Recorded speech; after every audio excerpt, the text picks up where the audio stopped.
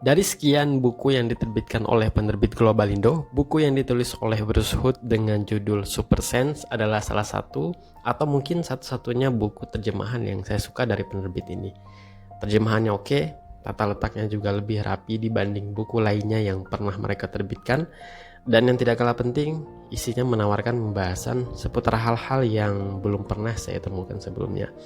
Jadi buku ini tuh ngebahas tentang asal mula keyakinan manusia terhadap hal-hal yang sifatnya supranatural, dan kenapa keyakinan semacam ini umum dijumpai di sekitar kita atau bahkan pada diri kita, dan serta kenapa keyakinan-keyakinan yang sifatnya supranatural ini sulit dilenyapkan.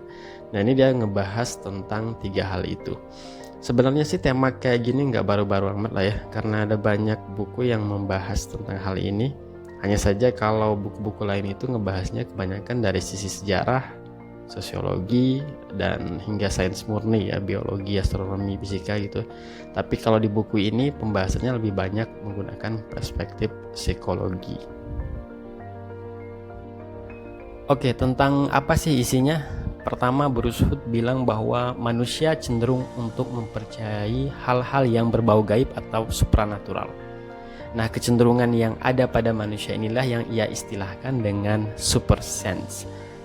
Ketika dia bilang manusia cenderung percaya pada yang gaib, yang dia maksud gaib di sini luas ya, baik itu keyakinan-keyakinan yang ada pada agama dan budaya, seperti keyakinan terhadap Tuhan, dewa, malaikat, setan, hantu, dan ruh, maupun keyakinan yang tidak bersifat religius, seperti keyakinan terhadap paranormal, ramalan, telepati, nasib, dan lain-lain. Pokoknya semua keyakinan yang tidak didukung oleh bukti yang dapat dipertanggungjawabkan. Nah, dari mana semua keyakinan ini berasal? Bruce Hood bilang bahwa semua ini berasal dari desain pikir atau pola pikiran kita, manusia ya, terutama desain pikir yang berasal dari masa kanak-kanak. Apa sih yang dimaksud dengan desain pikir? Desain pikir ialah cara otak kita untuk memahami dan menginterpretasi dunia di sekeliling secara terorganisir. Jadi otak yang berfungsi untuk berpikir ini ternyata punya cara kerja sendiri yang sifatnya alamiah. Otak punya cara kerjanya sendiri ketika dia memproses informasi yang ditangkap oleh indera. Nah, cara atau desain pikir yang alamiah inilah yang kadang-kadang menghasilkan keyakinan-keyakinan yang bersifat gaib atau supranatural tadi. Ya, sebagai contoh, ya, pikiran kita itu sulit menerima adanya kemungkinan suatu peristiwa yang terjadi secara acak. Jadi pikiran kita itu selalu mencari penyebab dasar tersembunyi yang mengatur dunia. Misal nih, ada suatu peristiwa kecelakaan di tikungan tertentu gitu ya, dan itu terjadi berulang-ulang dan belum diketahui penyebabnya karena belum dilakukan kajian terhadap kondisi jalan, tikungan, dan lain-lain. Nah, pada momen ini sebagian orang biasanya lebih senang mendengar bahwa mungkin penyebabnya adalah ruh yang mungkin menjadi penunggu tikungan itu, gitu kan. Jadi manusia tidak suka kalau ada suatu peristiwa random dan tidak ada penjelasannya. Nah, itu pikiran kita atau pikiran manusia itu sulit untuk menerima itu. Manusia cenderung akan membuat penjelasan atas peristiwa itu dan bahkan memasukkan unsur-unsur gaib di dalamnya.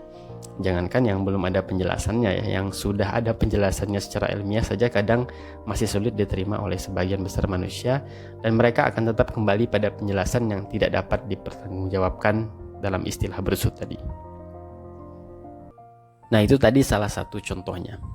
Oke, kita balik lagi ke pernyataan Bruce Hood di awal bahwa semua desain pikir ini muncul ketika masa kanak-kanak.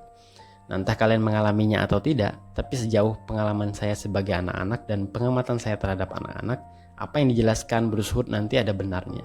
Jadi anak-anak itu senang dan cenderung untuk menempatkan pikiran dan perasaan mereka kepada benda-benda mati. Percaya kalau robotnya bisa sedih, gitu ya. Percaya kalau bonekanya bisa marah dan takut, dan lain-lain.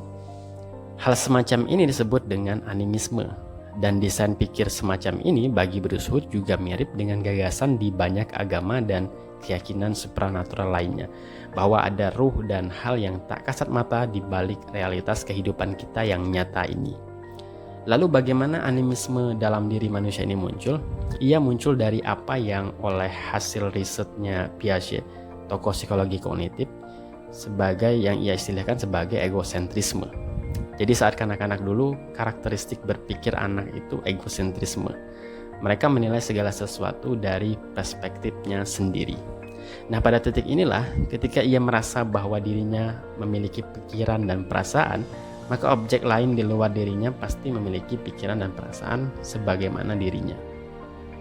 Singkatnya, keyakinan-keyakinan supranatural, keyakinan-keyakinan tentang hal yang gaib, dan keyakinan-keyakinan tentang hal-hal yang tak kasat mata itu berasal dari desain pikir atau sistem berpikir kita dan sifatnya alamiah. Desain berpikir ini sudah muncul pada saat kanak-kanak dan tidak hilang, atau bahkan bisa dibilang ia akan terus berkembang sampai pada keyakinan-keyakinan supranatural yang lebih kompleks.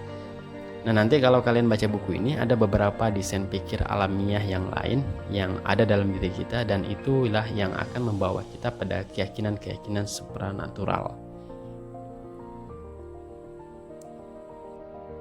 Oke, nah itu sekilas tentang isi dari buku ini. Tentu saja kalau kalian baca buku ini pembahasannya akan jauh lebih luas.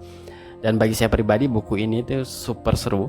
Ya, menarik aja gitu ngikutin argumen-argumen atas asumsi Bruce Hood tentang kenapa sih manusia cenderung percaya terhadap hal-hal gaib dan supranatural, dan kenapa keyakinan ini begitu melekat dan susah untuk hilang. Bagi saya pribadi yang masih meyakini kebenaran agama, bacaan-bacaan seperti ini itu terasa menantang gitu ya. Saya juga ngerasa mulai menemukan penjelasan atas ya kenapa saya memiliki keyakinan-keyakinan tertentu tentang misalnya tentang hal-hal gaib yang ada pada agama dan budaya. Kenapa saya masih percaya Tuhan, percaya malaikat, percaya takdir, percaya hari kebangkitan, dan lain-lain. Jadi buku ini bisa menjadi semacam penjelasan alternatif terkait hal tersebut. Tapi mungkin bagi sebagian orang yang anti terhadap pandangan-pandangan seperti apa yang disampaikan di buku ini, mungkin mereka akan menolak untuk membacanya, atau mungkin melarang orang untuk membacanya, atau bahkan menyerang penulisnya. Itu yang terjadi. Tapi menurut saya, Bruce Hood di sini kalau kita baca lebih dalam itu tidak hendak menyerang orang-orang yang beragama dan orang-orang yang memiliki keyakinan supranatural tertentu. Dia bahkan berkali-kali bilang kalau ini nih hal yang alamiah dan ya memang kadang-kadang bermanfaat untuk kehidupan manusia. Jadi tujuan dia ngebahas hal ini hanya untuk mengingatkan bahwa keyakinan ini tuh kadang-kadang bisa bergerak ke arah yang ekstrim dan berbahaya untuk kehidupan manusia. Misalnya ada kasus dalam buku ini diceritakan ya, ada kasus tertentu di mana ada kelompok yang meyakini kalau kita memakan tubuh seseorang itu kita bisa menyerap semua hal yang ada pada orang tersebut, mulai dari pikirannya, perasaannya, kecerdasannya, kekuatannya, dan lain-lain. Nah, akhirnya kelompok ini melegalkan gitu ya untuk memakan manusia. Nah, ini kan keyakinan yang ngeri gitu ya. Begitu juga dengan rasisme. Saat ras tertentu dianggap buruk dan menjijikkan itu awalnya dari keyakinan yang tidak dapat dipertanggungjawabkan atau super sense yang ada dalam diri kita. Nah, hal yang seperti ini yang diwanti-wanti. Maka Bruce Hood ngasih tahu kalau keyakinan kita itu berasal dari desain pikir alamiah kita, maka sudah semestinya kita menyadari hal itu dan mengaturnya. Jangan sampai dia bergerak ke arah yang ekstrim dan berbahaya, baik untuk diri kita maupun orang lain. Saya sendiri setuju dengan statement dan argumen Bruce Hood. Saya setuju atau bisa menerima gitu kalau keyakinan manusia terhadap hal-hal supranatural ini alamiah sifatnya, dan dia memang alamiah ada pada diri kita, ada pada pikiran kita. Hanya saja kesimpulan atas statement ini yang saya mengambil jalan yang agak berbeda dengan Bruce Hood. Kalau Bruce Hood dia menganggap karena keyakinan supranatural ini muncul dari desain pikir kita yang alamiah, maka kesimpulannya keyakinan ini hanyalah rekaan pikiran kita. Jadi pikiran kita yang menciptakan hal-hal yang gaib. Nah, ini kesimpulannya Bruce Hood. Tapi bagi saya, temuan bahwa desain pikir kita cenderung untuk membangun keyakinan-keyakinan supranatural ini juga bisa disimpulkan ke arah yang berbeda. Kesimpulannya bahwa kecenderungan ini bisa jadi juga diberikan oleh Tuhan kepada manusia. Bahkan hal ini sejalan dengan informasi di agama saya, misalnya yang bilang bahwa beragama itu fitrah atau bawaan. Nah, dengan fitrah atau bawaan atau kecenderungan yang Tuhan berikan inilah manusia akhirnya memiliki modal untuk sampai pada keyakinan terhadap hal-hal yang gaib yang tidak bisa mereka lihat dan buktikan.